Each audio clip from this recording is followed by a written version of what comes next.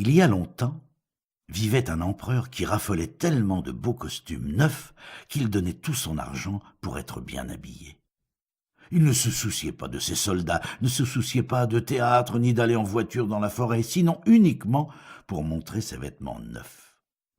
Il avait un costume pour chaque heure du jour, et de même que l'on dit d'un roi, il est au conseil, on disait toujours de lui, il est dans sa garde-robe. Dans la grande ville où il habitait, on s'amusait beaucoup. Chaque jour venaient de nombreux étrangers. Un jour arrivèrent deux escrocs. Ils se donnèrent pour tisserands et dirent qu'ils savaient tisser l'étoffe la plus ravissante que l'on pût imaginer.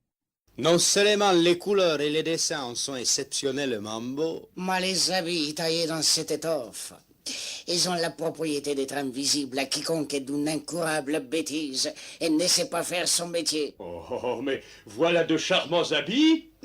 En les portant, je saurais qui ne sait pas faire son métier dans mon royaume. Je pourrais distinguer les gens intelligents des sots. Oui, tout de suite, il faut que l'on me tisse cette étoffe. Ah si, mais pour la faire, il nous faut la soie la plus fine. Et de l'or et les plus magnifiques.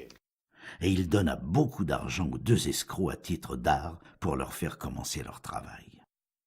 Ils installèrent bien deux métiers à tisser et firent semblant de travailler, mais ils n'avaient rien du tout sur le métier.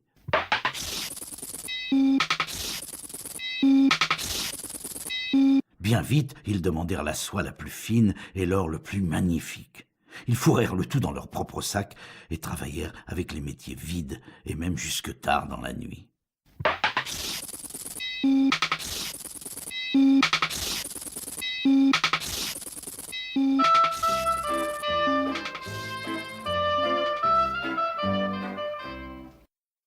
Je voudrais bien savoir où ils en sont de leur étoffe, se dit l'empereur. Mais il se sentit un peu gêné à l'idée que celui qui était bête ou convenait mal à son emploi ne pourrait rien voir. Il pensait bien qu'il n'avait rien à craindre pour lui-même, mais il voulait d'abord envoyer quelqu'un voir comment ça marchait. Tous les gens de la ville savaient quelle merveilleuse qualité l'étoffe possédait, et chacun était curieux de voir combien son voisin était bête ou incapable. Je vais envoyer à ces tisserands mon bon vieux ministre. C'est lui qui verra le mieux l'effet produit par cette étoffe, car il est intelligent et personne ne remplit mieux que lui sa fonction. Et le vieux et honnête ministre entra dans la salle où les deux escrocs travaillaient à leur métier vide.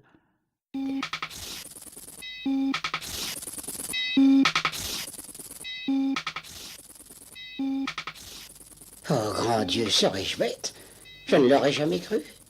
Est-ce que je remplirais mal ma fonction? Non, il vaut mieux ne pas raconter que je ne peux pas voir l'étoffe. Les deux escrocs le prièrent d'avoir la bonté de s'approcher et lui demandèrent si ce n'était pas là un beau dessin et de charmantes couleurs. Et il montrait le métier vide, et le pauvre vieux ministre continuait à écarquiller les yeux, mais ne pouvait rien voir, car il n'y avait rien. Oh, c'est joli, c'est tout à fait magnifique. Oui. Ça tisse. Dirent les deux tisserands, et ils désignèrent les couleurs par leur nom et expliquèrent l'étrange dessin. Quel travail, Cette étoffe. les couleurs et les dessins. Le vieux ministre les écouta avec attention afin de pouvoir répéter ce qu'il entendait lorsqu'il serait revenu auprès de l'empereur, et c'est ce qu'il fit. Je dirais à l'empereur que cela me plaît extrêmement. Alors les escrocs demandèrent encore de l'argent, ainsi que de la soie et de l'or qui devaient servir au tissage. Ils mirent tout dans leurs poches et pas un fil ne vint sur le métier, mais ils continuèrent comme auparavant à tisser sur le métier vide.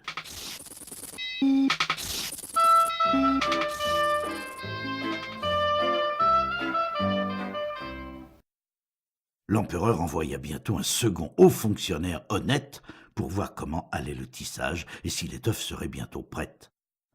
Ce fut pour lui comme pour le ministre. Il regarda et regarda, mais comme il n'y avait rien que le métier vide, il ne put rien voir. Quelle qualité de l'étoffe! Dirent les deux escrocs, et ils montrèrent et expliquèrent le ravissant dessin qui n'existait pas. Je ne suis pas bête. Songea l'homme. C'est donc mon bon emploi auquel je ne conviens pas. C'est assez bizarre.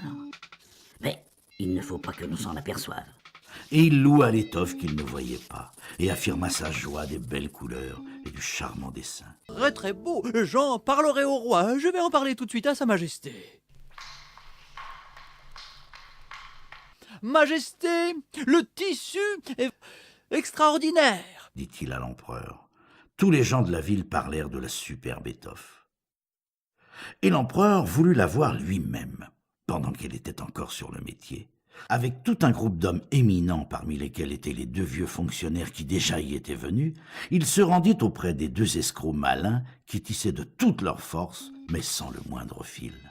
C'est tout à fait magnifique. vraiment extraordinaire. Dirent les 2 fonctionnaires honnêtes. Contemplez vous-même. Le tissu est très beau. Cela me plaît extrêmement. Les reflets sont extraordinaires.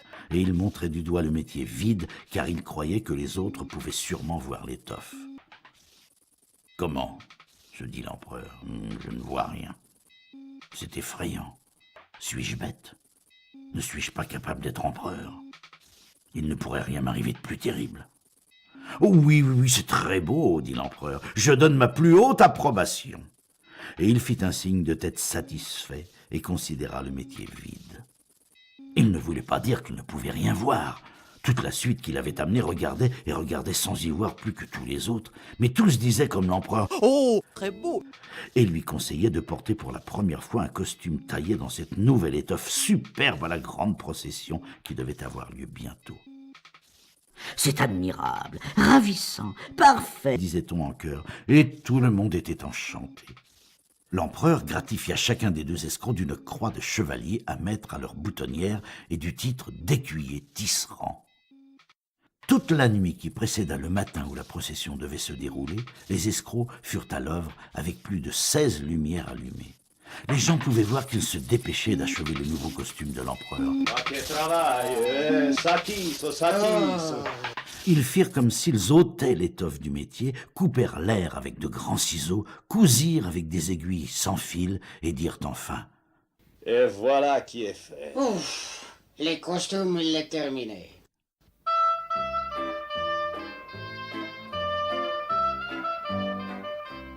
L'empereur vint lui-même avec ses chevaliers d'honneur, et les 2 escrocs levèrent un bras en l'air comme s'ils tenaient quelque chose et dirent « Mais que sa majesté s'approche et voit le travail. Voilà les pantalons, Et voilà l'habit. voilà les manteaux. Et que c'est léger comme une étoile d'araignée. On croirait que l'on n'a rien sur les corps. Et c'est justement la qualité de l'étoffe. Et où votre majesté va-t-elle avoir la bonté de se déshabiller pour que nous lui mettions son habit neuf devant ces grands miroirs? Oh, que c'est beau! C'est très beau! C'est admirable! L'empereur ôta tous ses vêtements, et les escrocs firent simplement le geste de lui donner chaque pièce des nouveaux, qui étaient soi-disant cousus. Les pantalons. Les gilets. Voilà. Et ils le prirent par la taille, et eurent l'air d'attacher quelque chose. Là. C'était la traîne. Et l'empereur se tourna et se retourna devant le miroir. Dieu, comme c'est bien pris! Cela va parfaitement. Oh, quel dessin, quelle couleur. Quelle coupe! Comme c'est original! Mais en voilà un précieux habit. C'est effarant. Je ne vois rien. Serais-je bête? Ne suis-je pas capable d'être empereur? Il ne pouvait rien m'arriver de plus terrible. Les gens qui doivent porter le dé au-dessus de votre majesté sont là. Oui, me voilà prêt. Comment cela va-t-il, n'est-ce pas? Jamais votre majesté n'a été plus superbement habillée. Et il se tourna encore une fois devant le miroir, car il fallait qu'il eût l'air de bien contempler son costume de gala. Les chambellans qui devaient porter la traîne touchèrent avec les mains par terre, comme s'ils la relevaient. Ils marchèrent, les mains devant eux, car ils ne voulaient pas que l'on s'aperçût qu'ils ne voyaient rien.